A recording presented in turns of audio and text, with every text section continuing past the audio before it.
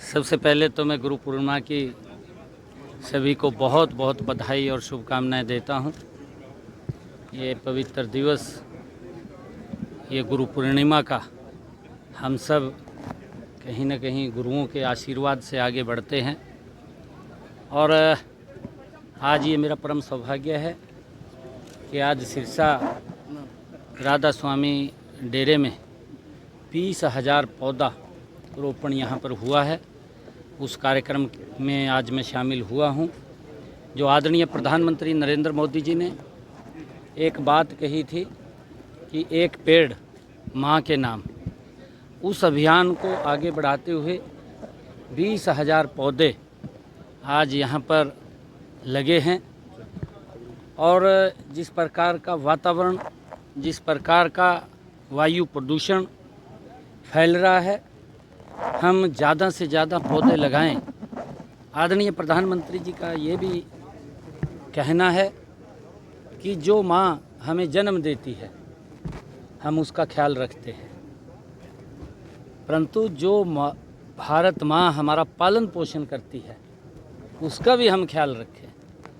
और जिस प्रकार से तापमान ज़्यादा गति से बढ़ रहा है, 50 डिग्री से ज़्यादा तापमान हुआ है, ये मानवता के लिए भी, और वायु प्रदूषण जिस प्रकार से बढ़ रहा है ये मानवता के लिए खतरा है।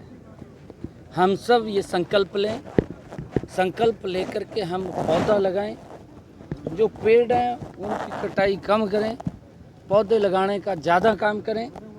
परिवार में अगर कोई शुभ कार्य होता है, बच्चे का जन्मदिन होता है या बुजुर्ग का जन्मदिन होता है या कोई परिवार में सालगिरह का अवसर होता है या अन्य कोई धार्मिक कार्य परिवार के अंदर होता है, हमें संकल्प लेकर के एक पौधा लगाना चाहिए और पौधा लगाएंगे उसकी परवरिश भी करनी चाहिए, जिससे ये तापमान ज़्यादा पौधे लगेंगे, पेड़ लगेंगे, तापमान में भी गिरावट कम होगी और वायु पोल्यूशन भी कम होगा। जब वायु शुद्ध होगी, पोल्यूशन कम होगा तो व्यक्ति स्वस्थ होगा, स्वस्थ होगा तो गति से विकास करेगा। क्योंकि आज विकास की गति में भी जो इतनी बीमारियां फैल रही हैं, जो इतनी तरह तरह की जो दिक्कतें लोगों को आ रही हैं, ये वायु पोल्यूशन के कारण बहुत सारी दिक्कतें हैं। उन दिक्कतों का हम पौधा लगा करके उनको दूर करना चाहिए। ये आज हमने संकल्प लिया है कि हरियाणा के अंदर 1.5 करोड़ से ज़्यादा पौधा रोपण हम करेंगे और उसको लेकर के लगातार ये कार्यक्रम चल रहा है। सर, इन दिनों हरियाणा में यात्राएं चल रही हैं। दीपेंद्र सिंह हुड्डा भी यात्रा चला रहे हैं, कह रहे हैं कि बीजेपी से हिसाब मांग रहे हैं और विधानसभा चुनाव में बीजेपी को सत्ता से बाहर फेंकेंगे। दीपेंद्र हुड्डा पहले अपने बापू का हिसाब दे, बापू बेटा लगे हुए हैं, वो अपने बापू के कार्यकालों के बारे में भी बताए कि हमने क्या काम किया है। ये झूठ की यात्रा है और लोगों को झूठ फैलाने का काम ये कर रहे हैं, क्योंकि इनके जो सरगना हैं राहुल गांधी, वो सारा दिन झूठ बोलते हैं, झूठ बोल करके लोगों को बरगलाने का काम करते हैं, परंतु वो अपने कार्यकाल जो 10 साल का कार्यकाल रहा है उसके बारे में भी वो बताने का काम ये कांग्रेस के लोग करें कि हमारे कार्यकाल में क्या क्या हालात होते थे। 3 दिन के अंदर एक गैस का सिलेंडर इनके कार्यकाल में मिलता था, किस तरीके से नौकरियां बिकती थी, किस तरीके से गर्मी के समय के अंदर बिजली मात्र 2-2 घंटे 3-3 घंटे मिलती थी, क्या हालात थे, किस प्रकार की स्थिति थी, ये भूले नहीं है लोग।